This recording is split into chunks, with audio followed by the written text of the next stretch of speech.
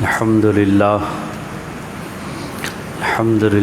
نحمده ونستعينه ونستغفره ونؤمن به ونتوكل عليه ونعوذ بالله من شرور أنفسنا ومن سيئات أعمالنا من يهده الله فلا مضل له ومن يضلله فلا هادي له ونشهد أن لا إله إلا الله وحده لا شريك له ونشهد أن سيدنا ومولانا محمدا عبده ورسوله أما بعد قال الله تعالى في القرآن الكريم وذروا ظاهر الإثم وباطنه قال تعالى في مقام آخر ومن يعمل سوءا يجز به صدق اللہ العظیم۔ اللہ رب العزت نے قرآن کریم میں فرمایا وَذَرُوا ظَاهِرَ الْإِثْمِ وَبَاطِنَهُ، اے لوگو گناہ کو جو ظاہری گناہ ہیں، ظاہر الاسم وباطنہ، جو ظاہری گناہ ہیں کھلم کھلا جو گناہ کرتے ہو اس کو بھی چھوڑ دو، اور جو باطنی گناہ ہیں جن کو تمہارے قلوب نے کیا ہے تمہیں اور اللہ کو جس کا علم ہے انہیں بھی چھوڑ دو، ہر طرح کے گناہوں سے باز آ جاؤ۔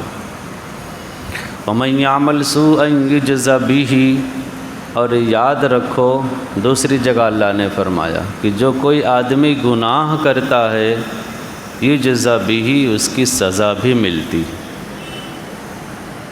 اللہ رب العزت نے قرآن کریم میں فرمایا۔ پچھلے ہفتے بتایا تھا کہ گناہ، نافرمانی، بدی اللہ رب العزت کے حکموں کے خلاف کو کرنے کو کہتے ہیں۔ نبی صلی اللہ علیہ وسلم کے طریقے اور سنت کے خلاف عمل کرنے کو گناہ کہا جاتا ہے۔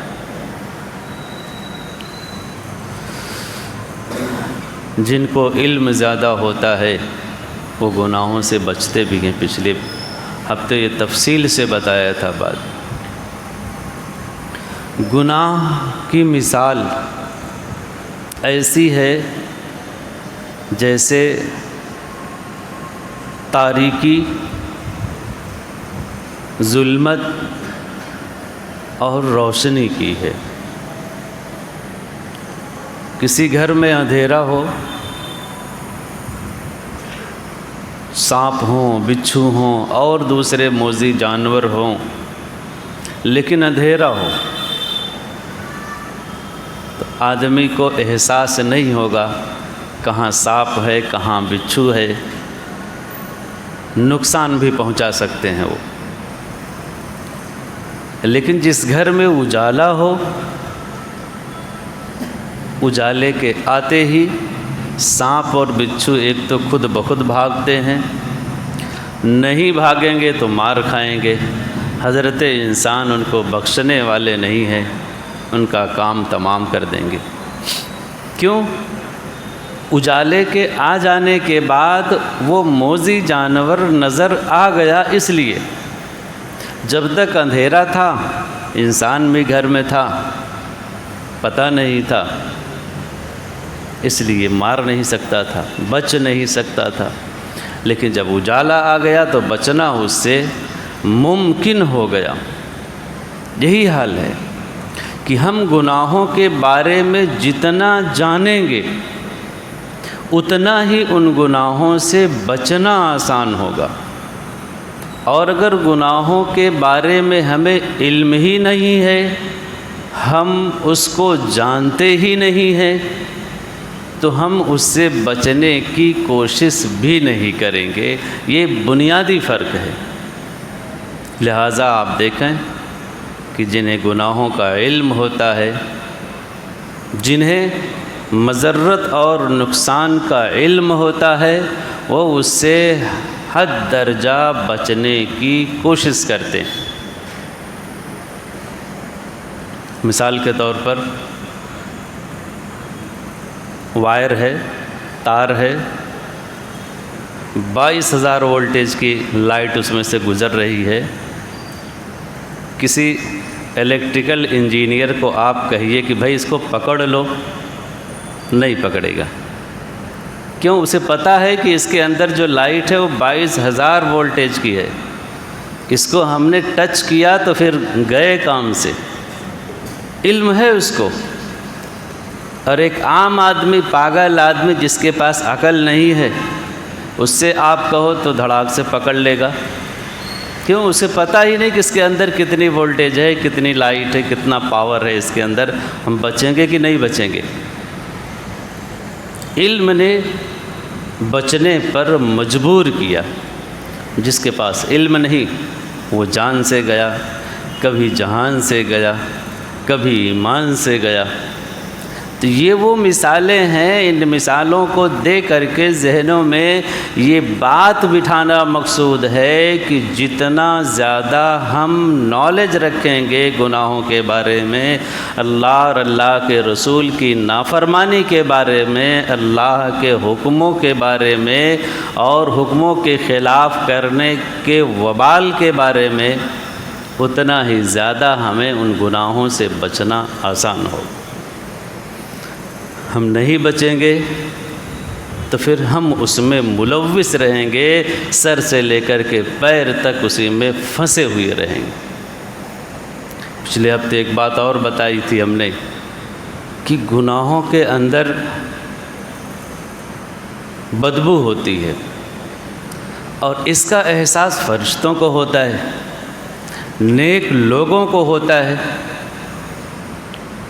امام ابو حنیفہ رحمۃ اللہ علیہ کے بارے میں لکھا ہے کہ جب وہ وضو بناتے تھے وضو خانے پر، تو جدھر سے پانی آ رہا ہے اس طرف اگر کوئی وضو بنا رہا ہے، مائع مستعمل اس کا استعمال کیا ہوا پانی گر رہا ہے، گزر رہا ہے آگے نالی سے، تو اس پانی سے جو دھلا گیا ہے ہاتھ اور چہرہ، ان ہاتھ اور چہروں نے کیا گناہ کیا ہے، کون سا گناہ دھل کر کے جا رہا ہے وضو کی برکت سے، پانی میں آپ دیکھ کر کے اس کو پہچان لیا کرتے تھے۔ ایک دن انہوں نے دعا کی، اے بار الہ، یہ کام تو تیرا ہے کہ لوگوں کے عیوب پر تو مطلع ہو، یہ کام میرا تھوڑی نہ ہے۔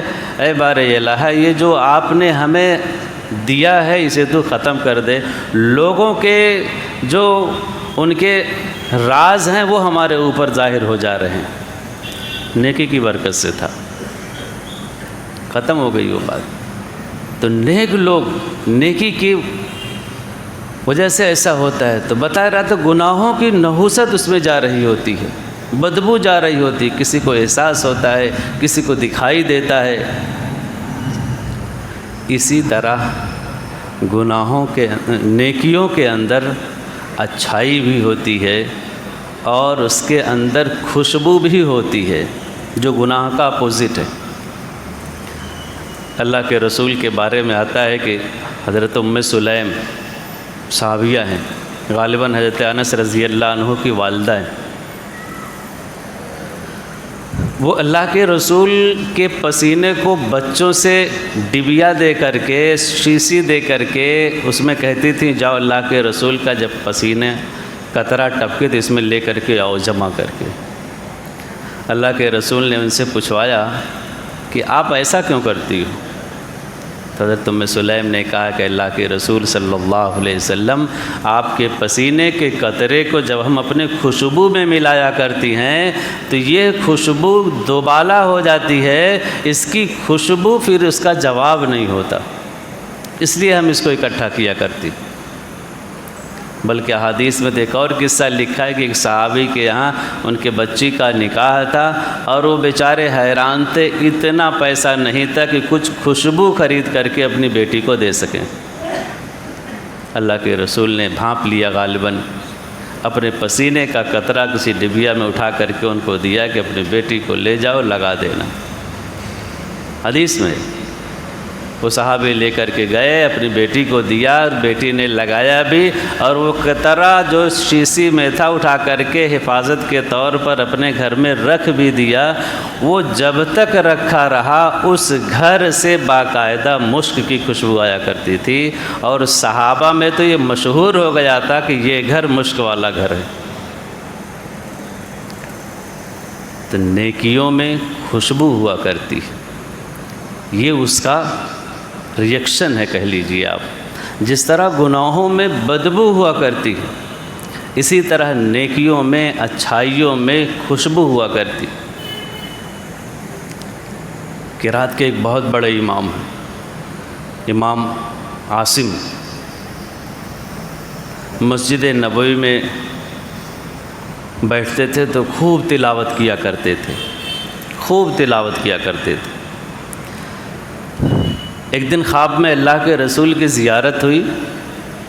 اللہ کے رسول نے کہا، عاصم تو بہت قرآن تلاوت کرتا ہے۔ کہ اللہ کے رسول بڑا مزہ آتا ہے قرآن پڑھنے میں۔ اللہ کے رسول نے کہا کہ یہ کام کر، تو اپنا منہ ادھر لا، اس منہ کو بوسہ دینے کی میری خواہش ہے۔ اللہ کے رسول نے ان کے منہ کو بوسہ دیا۔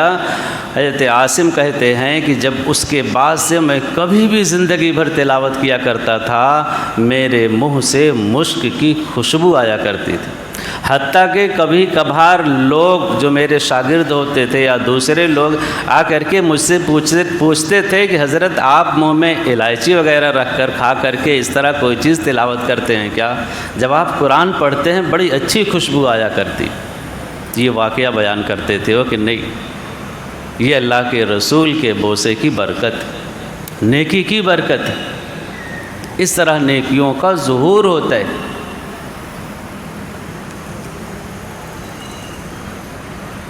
ابھی حال ہی میں مولانا احمد علی لاہوری گزرے ہیں، 100-150 سال پہلے کی بات ہے، شاید بہت زیادہ عرصہ نہیں ہوا ہے۔ بڑے اللہ والے تھے، بڑے نیک تھے۔ انتقال ہو گیا، لوگوں نے اٹھا کر کے ان کا جنازہ پڑھنے کے بعد قبرستان میں دفن کر دیا۔ دفن کرنے کے بعد ان کے قبر سے خوشبو، مشک کی خوشبو ظاہر ہونے لگی۔ عوام تو عوام ہے، کسی نے موقع پا کر کے دھیرے سے ایک مٹھی نکالی، کوئی دوسرا گزر رہا تھا، خوشبو کا احساس ہوا، 2 مٹھی نکالی، کوئی آدھا کلو نکالا کہ بھائی اس مٹی کے اندر اتنی زیادہ خوشبو ہے، اس مٹی کو ہم گھر میں رکھ دیتے ہیں تو ہمارا گھر پورا معطر ہوا رہتا ہے۔ پتہ چلا کہ ہر دوسرے تیسرے دن ان کی قبر خالی ہو جاتی تھی۔ ان کے اہل و عیال نے، ان کے ورثہ نے دعا کی اللہ سے، ہے بار الہ، یہ صفت کہ ان کی قبر سے جو خوشبو آ رہی ہے ختم کر دے۔ ہم لوگ حیران ہو گئے ہیں ان کی قبر کو بھر بھر کر کے، وہ چیز ختم ہوئی۔ امام بخاری رحمۃ اللہ علیہ کے بارے میں آج بھی لکھا ہے، کتنے بڑے امام تھے حدیث کے۔ ان کی جہاں قبر ہے سمرقند کے بازو میں، آپ آج بھی چلے جاؤ تو ان کی قبر سے آج بھی خوشبو آیا کرتی ہے، اور وہاں کے مسجد کی انتظامیہ کا یہ بیان ہے کہ ہم لوگوں نے کبھی ان کی قبر پر خوشبو نہیں لگایا، آج بھی خوشبو آتی۔ خواجہ مشکی دیار ہند میں، ہندوستان میں بہت بڑے بزرگ، اللہ والے بزرگ ہیں، بہت اللہ والے تھے، نیک تھے۔ نام کیا تھا ان کا لوگوں کو نہیں معلوم، خواجہ مشکی ان کو سب کہتے تھے۔ تو کسی نے ان سے پوچھ لیا کہ حضرت آپ کا نام کچھ اور ہے اور آپ کو مشکی مشکی کیوں کہتے ہیں، اور یہ آپ کے بدن سے ہمیشہ مشک کی خوشبو کیوں آتی؟ تو انہوں نے اس کا واقعہ بیان کیا کہ ایک دن میں راستے سے گزر رہا تھا، ایک بڑی اماں دروازے پر کھڑی تھی۔ انہوں نے کہا کہ بیٹا تو اللہ والا لگتا ہے، پڑھا لکھا لگتا ہے، ایک کام کر، میرے گھر میں ایک عورت ہے بیمار ہے، تو کچھ پڑھ کر کے دم کر دے، ہو سکتا ہے اللہ کے کلام کی برکت سے اس کو شفا مل جائے۔ اللہ والے تھے بیچارے، چلے گئے گھر میں، اور جو ہی گھر میں گئے بڑی اماں نے دھیرے سے اندر سے تالا بند کر دیا، دروازہ بند کر دیا۔ گھر کی مالکن ظاہر ہوئی جو بڑی حسین و خوبصورت تھی۔ اس نے کہا کہ میں تم کو روزانہ گزرتے ہوئے دیکھتی ہوں، میرے دل میں کئی دن سے تڑپ ہے کہ میں تم سے غلط کام کروں، زنا کروں، لہذا تمہارے لیے خیریت اسی میں ہے کہ تم ہمارے ساتھ زنا کرو، نہیں تو ہم شور مچا دیں گے محلے میں کہ تم نے ہمارے ساتھ غلط کام کے ارادے سے ہمارے گھر میں گھسے ہو، لہذا ہم تو سنگسار ہوں گے ہی، مریں گے، تم کو بھی مار کے دم لیں گے۔ بیچارے اللہ والے کہاں آ کے برے پھنسے، ترکیب سوچتے رہے، گناہوں سے بچنے کی سوچتے رہے، اللہ نے ایک ترکیب ان کے ذہن میں ڈال دی۔ بولے اچھا ٹھیک ہے، لیکن تھوڑا پہلے مجھے واش روم کا پتہ بتاؤ، باتھ روم بتاؤ کہاں ہے، پھر میں آتا ہوں، تب بات آگے بڑھتی۔ تو اس نے دیکھا کہ بندہ راضی ہو گیا ہے، ٹھیک ہے، بتا دیا کہ فلانے کنارے چلے جاؤ، باتھ روم ہے۔ وہ بڑے میاں گئے، پورے بدن پہ اپنے نجاست پاخانہ مل لیا، لگا لیا، اب باہر آئے۔ اس عورت نے دیکھا کہ یہ تو پورا نجاست پہ لت پت ہے، اس نے کہا کہ لگ رہا ہے اس کا دماغی توازن خراب ہو گیا ہے، پاگل ہو گیا ہے۔ ان بڑی بی سے کہا کہ اس کو جتنی جلدی ہو سکے گھر سے ہمارے بھگاؤ۔ اس طرح وہ اپنا ایمان بچا کر کے اس گھر سے نکلے۔ فکر دامن گیر ہوئی کہ بڑی گندگی آ رہی ہے، اب کیا کریں؟ چھپتے چھپاتے کیسے غسل خانے میں پہنچے، اور غسل خانے میں جا کر کے دھلا، کپڑا دھلا، خود نہائے، اور جب نہا کر کے دھل کر کے غسل خانے سے باہر آئے تو یکایک ان کے بدن سے، ان کے کپڑے سے مشک کی خوشبو آنے لگی، اور زندگی بھر آتی تھی جب تک وہ باحیات تھے۔ اس مشک کی خوشبو کی وجہ سے ان کا نام خواجہ مشکی پڑ گیا تھا۔ نیکیوں کے یہ ثمرات ہوا کرتے ہیں۔ نیکیوں کی بھی اپنی ایک پہچان ہوتی ہے کہ نیکیوں کی وجہ سے انسان کے اندر اچھائی آتی ہے، خوشبو آیا کرتی۔ لہذا گناہ اسی لیے کہا جاتا ہے کہ گناہ کے اندر بدبو ہے، تعفن ہے، فرشتے گھن کرتے ہیں، کراہتے ہیں، انسان اس سے دور رہے۔ گناہوں کے نقصانات جو اخروی ہیں وہ تو ہیں ہی، دنیا میں بھی بہت سارے نقصانات۔ امام شافعی رحمۃ اللہ علیہ نے اپنے استاد حضرت وکیع سے کہا کہ حضرت یاد نہیں ہوتا ہے، اور یاد ہوتا بھی ہے تو بھول جاتا ہوں۔ تو ان کے استاد نے کہا کہ کام کرو، گناہ چھوڑ دو، قوت حافظہ قوی ہو جائے گا۔ اب بتاؤ، امام شافعی جیسا آدمی، ان کے استاد کہہ رہے ہیں گناہ چھوڑ دو، قوت حافظہ قوی ہو جائے گا۔ ظاہر بات ہے ایسے بڑے انسان سے گناہ ممکن تو ہے، لیکن کوئی بڑا گناہ ہو ایسا ممکن شاید نہیں ہے، چھوٹا موٹا گناہ ہوتا رہا ہوگا۔ ہم اور آپ ہیں کہ بڑے گناہ کو بھی ہلکا سمجھتے ہیں۔ گناہوں کے بہت سارے نقصانات میں سے یہ بھی لکھا ہے کہ گناہوں کی وجہ سے انسان کی عمریں کم ہو جایا کرتی۔ جس طرح نیکی کرنے سے انسان کی عمر میں اضافہ ہوتا ہے، کسی انسان کو لمبی عمر چاہیے تو اپنے ماں باپ کی خدمت کرے، اس کی عمر میں برکت ہوگی، اضافہ ہوگا۔ اسی طرح کوئی آدمی گناہ کرتا ہے تو اس کی عمر گھٹ جایا کرتی۔ گناہوں کے نقصانات میں سے یہ بھی لکھا ہے کہ انسان کا رزق کم ہو جاتا ہے۔ جس طرح نیکی کرنے سے انسان کے رزق میں، مال میں برکت ہوتی ہے، بڑھوتری ہوتی ہے، اسی طرح گناہوں کے نقصانات میں سے لکھا ہے کہ اس سے رزق میں کمی آتی ہے، سود و زیاں آتا ہے، خسارہ آتا ہے۔ گناہوں کے وبال صرف گنہگار پر ہی نہیں، اس کے اثرات پورے عالم میں پڑتے ہیں۔ حدیث پاک میں آتا ہے کہ ایک گنہگار کی بدولت وہ گناہ جب عادت بن جاتی ہے، بڑھتا ہے، معاشرے کی عادت بن جاتی ہے، پورے ملک کی عادت بن جاتی ہے، اللہ رب العزت قحط ڈال دیتا ہے، سوکھا ڈال دیتا ہے۔ اب اس سوکھے کی وجہ سے وہ گنہگار تو حیران و پریشان ہیں ہی، اس کی وجہ سے حیوان چرند پرند سب حیران و پریشان ہیں اور سب اس گنہگاروں کے لیے لعنت کیا کرتے ہیں کہ اس کی وجہ سے خمیازہ ہم لوگوں کو بھگتنا پڑ رہا ہے۔ گناہ کا ایک نقصان یہ بھی ہوتا ہے کہ نیکیوں سے وحشت ہونے لگتی، اچھے کام سے اس کو وحشت ہونے لگتی، اچھائی کے ڈانڈے نہیں جاتا ہے، برائی میں دن رات لپٹا پڑا رہتا ہے۔ گناہوں کی ایک نحوست یہ بھی ہوتی ہے کہ انسان اللہ والوں سے، نیک لوگوں سے دور ہونے لگتا ہے، اور ظاہر بات ہے جب آدمی اللہ والوں سے دور ہوگا تو ان کی برکات سے، ان کے ثمرات سے، ہر چیز سے دور ہوتا چلا جائے۔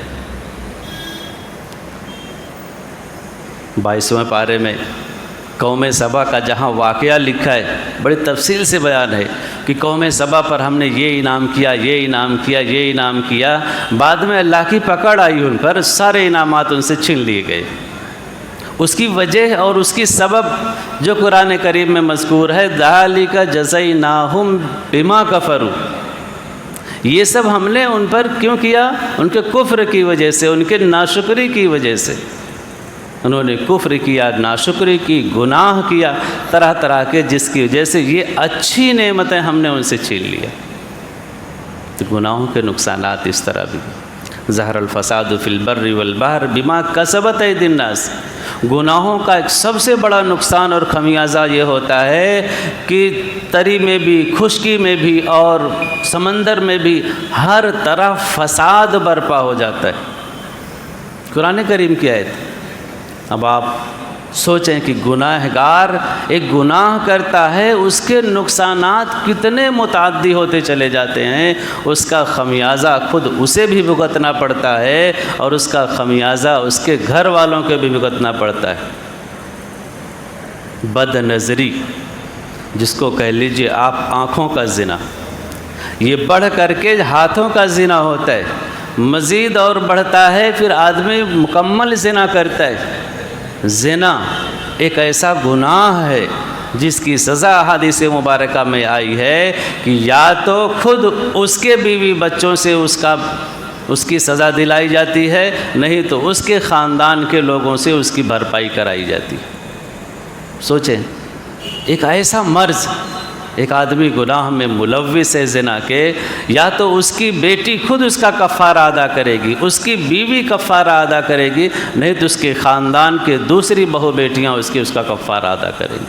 کتنا بڑا متعدی گناہ ہے۔ جرم چاہے چھوٹا ہو چاہے بڑا ہو، انسان کو یہ سوچنا ہے کہ یہ اللہ کی نافرمانی ہے، اور اللہ کی نافرمانی کتنی بڑی ہوتی ہے، جتنا بڑا حکم دینے والا ہوتا ہے اتنی ہی بڑی اس کی نافرمانی ہوتی۔